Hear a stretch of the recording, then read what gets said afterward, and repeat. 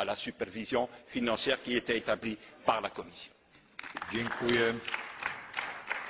Zieloni, Wolne Przymierze Europejskie.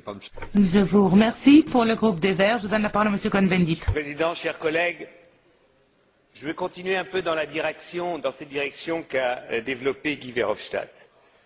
Il est évident que pendant 4 mois, on a tergiversé. Il est évident qu'on s'est trompé. Il est évident qu'en tergiversant, on a donné une dynamique au marché et à la spéculation. Au moins que ceux qui sont responsables au Conseil le disent. Ils disent on est fautifs. C'est nous, c'est de notre faute. Madame Merkel, Monsieur Sarkozy, je ne sais pas comment ils s'appellent et je ne sais pas ce qu'ils font dans la vie, mais tout le monde pouvait lire ça dans les journaux que c'était à faire tout de suite. Premièrement. Deuxièmement, je voudrais quand même qu'on comprenne une chose. Ce que doit faire le gouvernement Papandréou est une chose presque impossible. Et que je demande à l'ECOFIN, aux chefs de gouvernement, de réfléchir que eux, chez eux, ils sont incapables de mettre des réformes sur pied. Combien de temps la France a besoin pour réformer les retraites? Combien de temps l'Allemagne a besoin pour faire des retraites? Et maintenant, on demande à Papandréou, en 3 mois, tu changes tout. Vous êtes complètement fous. Et la preuve, c'est ce qui se passe en Grèce. On ne donne pas à la Grèce, à M. Papandréou, le temps de trouver un consensus en Grèce, de trouver un consensus.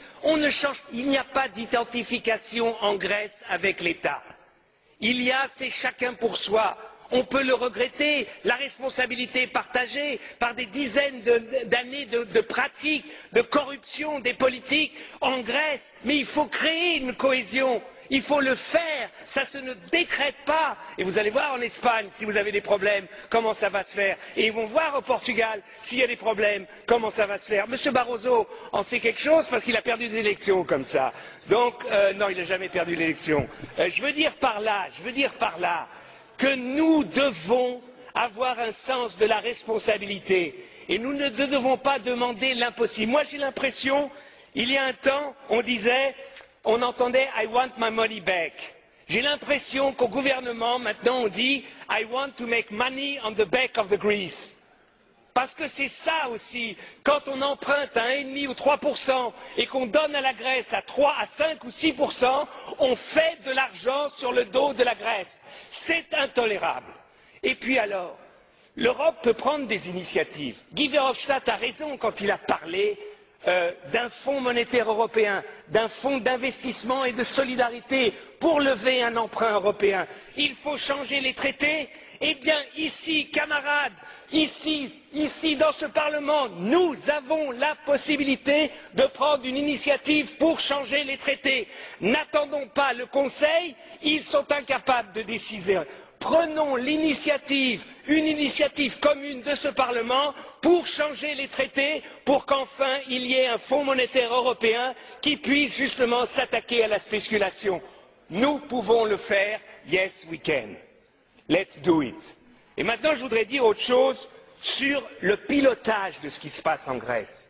Je demande à la Commission d'associer la DG Emploi au pilotage pour qu'on mesure aussi ce qui se passe en Grèce. Et je demande au Conseil de dire au FMI d'associer le Bureau international du travail au pilotage de ce qui se passe en Grèce. Parce que ce sont des êtres humains, il y a des problèmes d'emploi, il y a des salariés, et je trouve que ce n'est pas seulement la finance qui doit dicter, mais aussi la sécurité et les bureaux internationaux du travail ou la DG Emploi seraient un correctif à la folie des fois de ceux qui ne décident que sur la finance.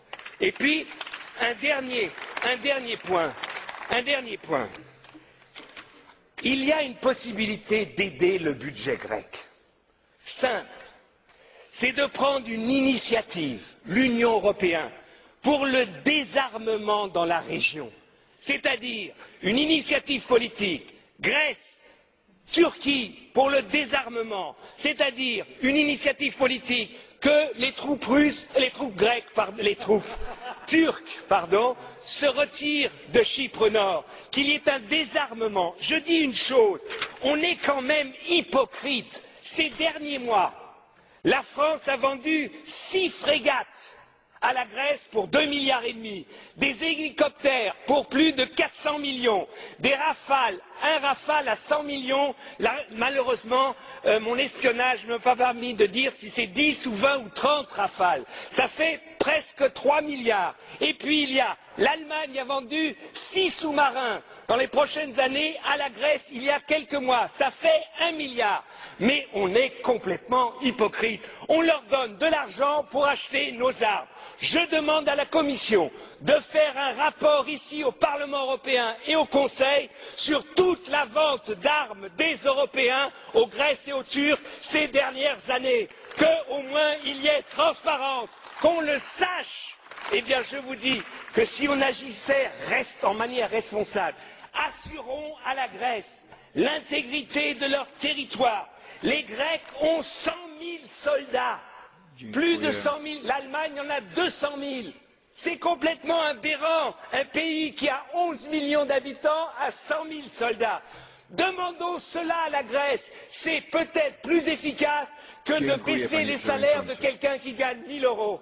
Voilà ce que je demande à la Commission, d'être un peu juste. Dziękuję panu za wypowiedź.